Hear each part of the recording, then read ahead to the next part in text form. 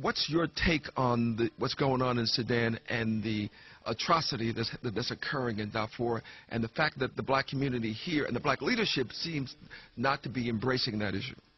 First, my brother, when we were called Negroes, we did not have an international presence. The Honorable Marcus Garvey tried to give us an international presence. And of course he was very successful, but the government feared an international presence. The Honorable Elijah Muhammad single-handedly turned us from Negroes to accepting ourselves no matter what shade of color we were, due to the Willie Lynch syndrome and the going in and out of our women by our former slave masters and their children, that gave us all these different shades, and then they divided us by these shades. The Honorable Elijah Muhammad asked us to refer to ourselves as the black man, the original people of the earth. And when we saw ourselves as black people, then every person of color on the earth, we identified with them. So in the 60s, nothing could happen on the African continent that black people in America were not concerned with. Nothing could happen in the Caribbean or in Brazil or in Central America or in the islands of the Pacific, where black people were concerned, that we didn't feel them, because a nervous system was being created for black people, that we felt the pain of one another wherever we were on the earth. But after Malcolm was assassinated, and Martin was assassinated, and Elijah Muhammad was gone, notice the shift in language. We were no longer black. In New York City, there were several black shows. There was Black News. Was it Positively Black? There was the national program with Tony Brown called Black Journal. Right.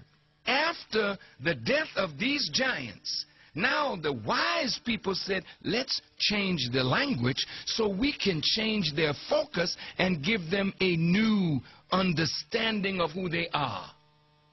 So subtly, there was no more Black News, no more Positively Black.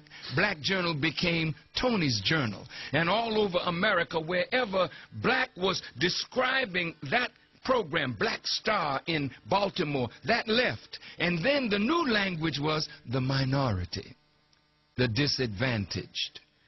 Then came African American.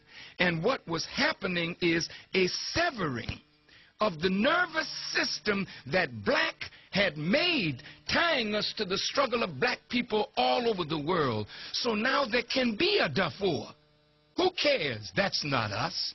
There can be a Rwanda and Burundi. Who cares? That's not us. So we don't feel suffering until there's a Katrina. Oh, that's us. But what's going on in Haiti, that's not us. What's going on in Brazil, in Costa Rica, in Colombia, in Nicaragua, in Guatemala, that is not us.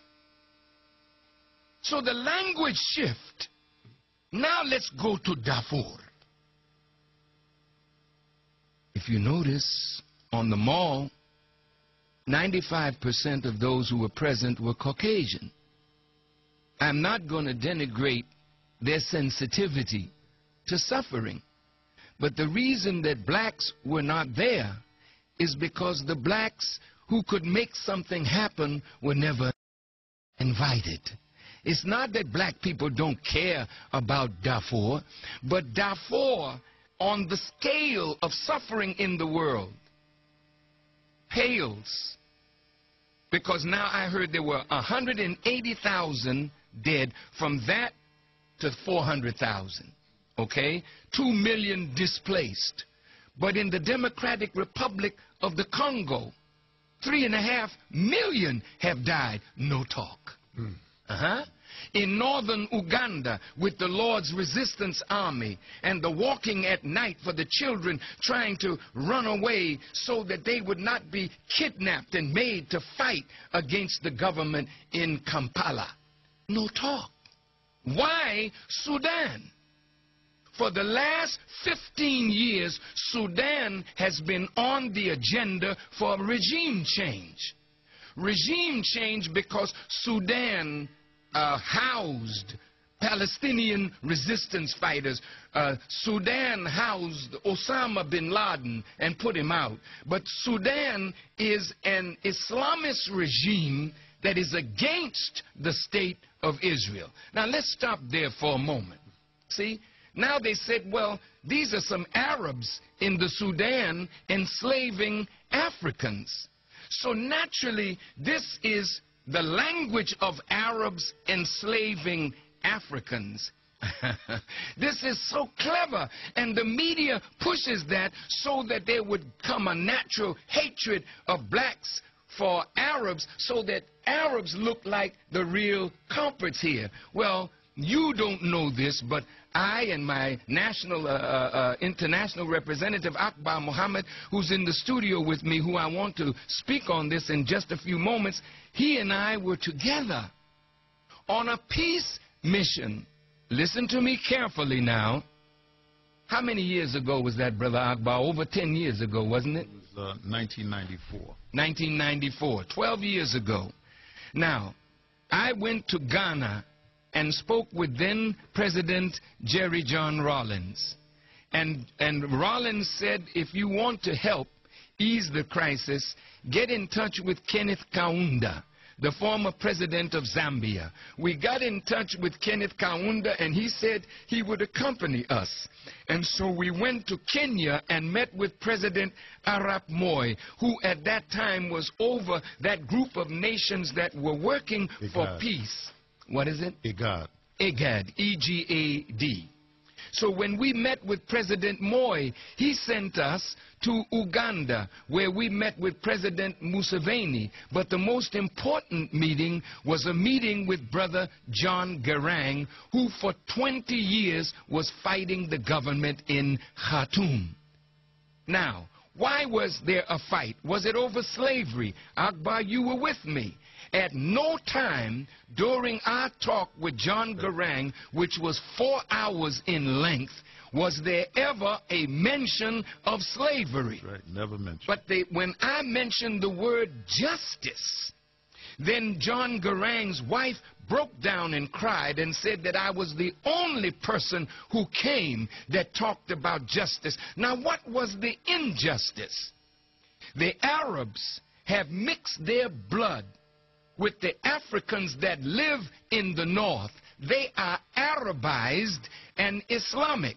And the same racist poison that has poisoned the bloodstream of Islam has made the Arab north feel superior to the Christian animist African south. The south is black, black, black, so black till there's blue in their color. So when you have, like the enemy has done to us, when you're lighter, you think you're better than your black brother or sister. And in New Orleans, when I just left there, they told me about the brown bag, that if you walked in a place and you couldn't pass the brown bag test, meaning your color was darker than the bag that you carry your liquor in, you couldn't go in certain places. And in Washington, D.C., y'all know that there was an elitist attitude among light-skinned black people against dark-skinned black people. The same game that the enemy has played here and in Africa. Now he's dominating that scene now in Sudan. Now look at the Sudan. It's the largest landmass country, I think. That's right. On the African continent. If it were fully developed, it could feed all of Africa. In the south, there is an abundance of oil. And if you remember in Nigeria, in the eastern part of Nigeria, they wanted to break that part off years ago and call it Biafra. And it ignited a civil war. And the civil war was to